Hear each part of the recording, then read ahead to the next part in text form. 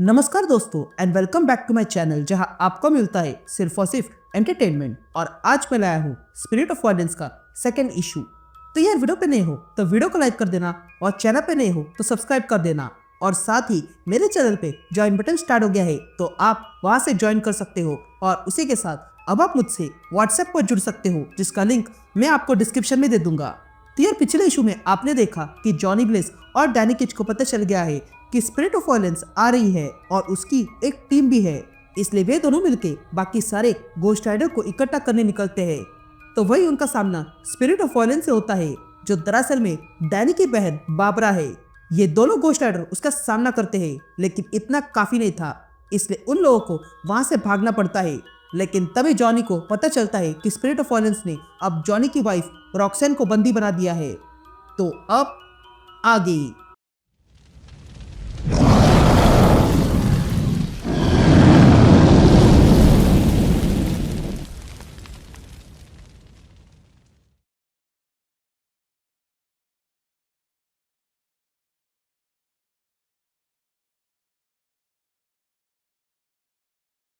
All right gang, तो issue की शुरुआत लोअर मैनहट्टन में होती है जहां पर हम सारा, कुशाला और जॉनी को देखते हैं जो बात कर रहे थे। तभी जॉनी कहता है, सारा मैं चाहता हूं कि तुम एक पोर्टल खोल दो जो मुझे रॉक्सेन के पास ले जाए। जिस पर सारा कहती है, जब तक मुझे लोकेशन ना पता चले मैं किसी को भी टेलीपोर्ट नहीं कर सकती हूँ। तो कुशाला, क्या तुम कुछ देख पा रही हो? जिस पर कुशाला कहती है, मुझे बस थोड़ा बहुत दिख रहा है। ये रॉक्सेन जहाँ पे है बहुत पीड़ा में है। लेकिन तभी उन्हें एक आवाज सुनाई देती है जो कहती है, रॉक्सेन अब मेरी है। यह सुनते ही जॉनी सारा से पूछता है, अब ये किसकी आवाज थी? जिस पर सारा कहती है, ये उस क्रिएटर की आवाज है जिसने स्पिरिट ऑफ वायलेंस को बनाया है। तभी वो क्रिएटर कहती है, तुम लोग अब उसके लिए कुछ नहीं कर सकोगे। ये स्पिरिट ऑफ वायलेंस मेरा एमिसरी है। तुम लोग मुझे करप्शन से जानते हो।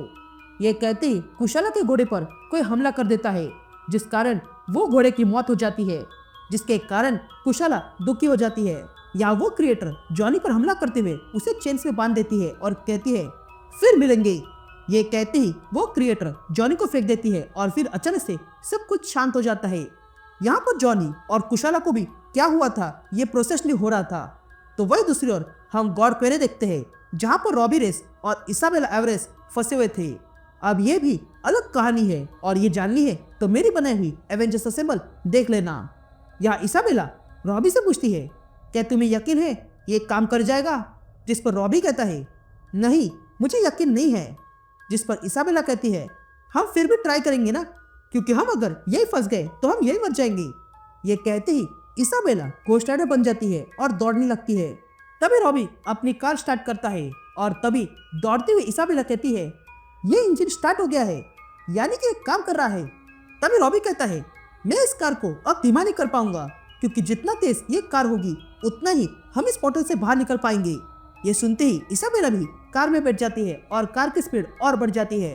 तभी रॉबी कहता है, ये चार्जर और नहीं सह पाएगा, हमें कैसे भी करके पोर्टल के पार जाना होगा। लेकिन तभी इसाबेला को कुछ सुनाई देता है, इसलिए वो रॉबी को अलर्ट करती है। लेकिन तभी उनके कार के रूफ पर कुछ गिर जाता है। यहाँ सीन शिफ्ट होती है और हम डैनी को देखते हैं जो घोस्ट राइडर बन के बाबरा पर हमला करता है। तभी बाबरा कहती है, डैन ये मैं हूँ तुम्हारी बहन। जिस पर घोस्ट राइडर कहता है, तुमने बाबरा का फेस पहना है और उसकी आवाज भी, पर तुम और किसी को चोट नहीं पहुंचा पाओगी। ये कहते हैं घोस्ट राइडर बाबरा का गला दबाने लगता है। तभी बाबरा कहती है, ये मैं हूँ डैनी, मैंने ही तुम्हें फ्लोरिडा में एलिगेटर से बचाया था। ये वही जगह है जहाँ पर हम खेलने आते थे और यही वो जगह है जहाँ पर मैं तुम्हारे दोस्त के साथ सोई थी। हमने बात तुम्हें कभी नहीं बताई क्योंकि तुम गुस्सा हो जाते। मैं यहाँ तुमसे लड़ाई करने नहीं आई हूँ बल्कि बताने आई हूँ कि क्या चल रहा है। यह सुनते ही डैनी शांत हो जाता है। तभी वे दोनों हक करते हैं। तभी बाबरा कहती है, मैं जानती नहीं हूँ मैं जब मर गई थी तब मैं कहाँ थी, पर मैं खुश थी। पर अब यह सब कुछ मिट रहा है जैसा कि मैं सोच रही हूँ। पर अब मुझे सिर्फ तुम्हारी आवाज याद है जब तुम मुझसे मिलने कब्र पर आए थे। मेरी मौत तुम्हारी गलती नहीं है, इसलिए गिल्ट में मत रहना। तभी डैनी बाबरा से पूछता है, तुम्हें हुआ क्या है बाबरा? जिस पर बाबरा कहती है, जब मैं मर गई थी तब स्पिरिट ऑफ वायलेंस मेरे पास आया और उसने बताया कि उसका क्रिएटर यानी कि करप्शन फिर से वायलेंस का युग लाना चाहती है। ये करप्शन चाहती है कि सारे सोल्स फंस जाए ताकि वो किसी और रैली में ना जा सके। वो अपनी आर्मी ऑफ डिकेड बना रही है और वो तब तक नहीं रुकेगी जब तक सब लोग करप्शन के ना हो जाए। ये स्पिरिट ऑफ वायलेंस को एक होस्ट चाहिए था, इसलिए उसने मुझे एक ऑफर दी। जिस पर डैनी कहता है, वो ऑफर स्वीकार लेना तुमने? पर क्यों?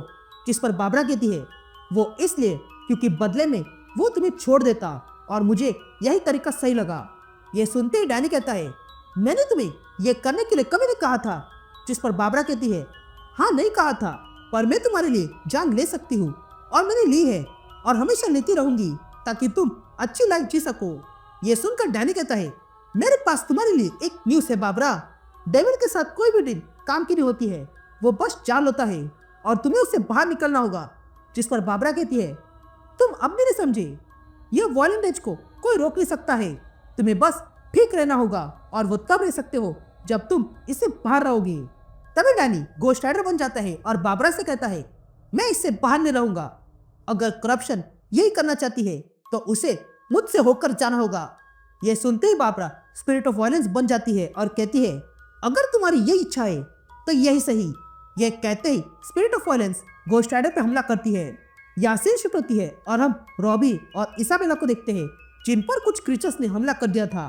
तभी इसाबेला कहती है, ये बहुत सारे हैं, ये रुकने वाले नहीं हैं, तो अपना पैर गैस पे रखो, हमें यहाँ से कैसे भी करके बाहर निकलना होगा। ये कहते ही इसाबेला उन क्रीचर्स को मारने लगती है। या रॉबी कहता है कि हमें और पावर चाहिए।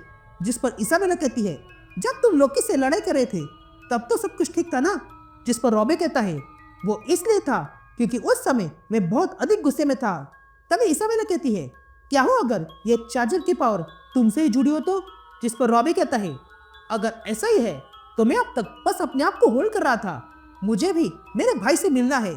ये कहते ही रॉबी कार की स्पीड बढ़ा देता है और कहता है, अगर हम समय पर बाहर नहीं निकले तो ये स्पिरिट ऑफ वायलेंस गेब को मार डालेगी और मैं ऐसा होने नहीं दूंगा।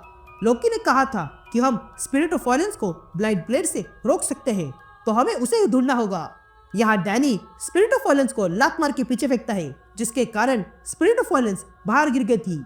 तभी डैनी बाहर आता है और फिर से स्पिरिट ऑफ वायलेंस पर कूद जाता है और स्पिरिट ऑफ वायलेंस के साथ उस घर को भी तोड़ देता है और कहता है, तुम्हें क्या लगा तुम मुझे बचा रही थी?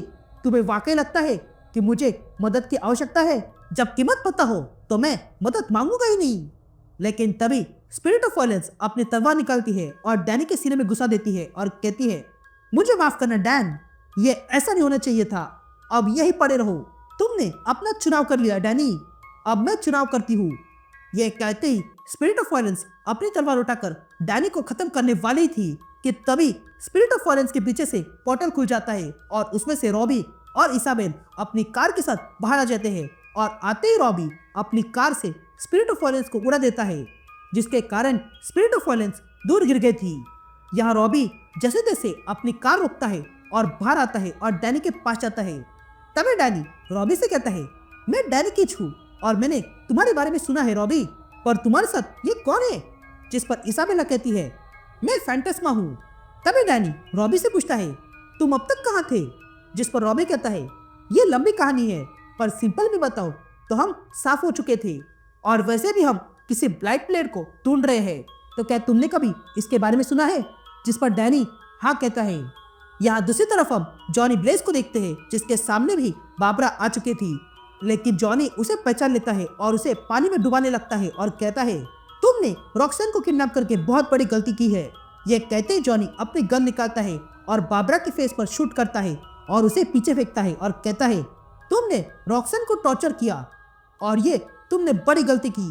ये कहते ही जॉनी पुनः शूट करने जाता है, लेकिन तभी पीछे से कोई आकर जॉनी को पकड़ लेती है। तभी स्पिरिट ऑफ वायलेंस जॉनी से कहती है, यहीं पर तुम गलत हो जॉनी ब्लेस, मैंने तुम्हारी वाइफ को टॉर्चर नहीं किया है, बल्कि उसे फिर एक बार पूरी तरह बना दिया है।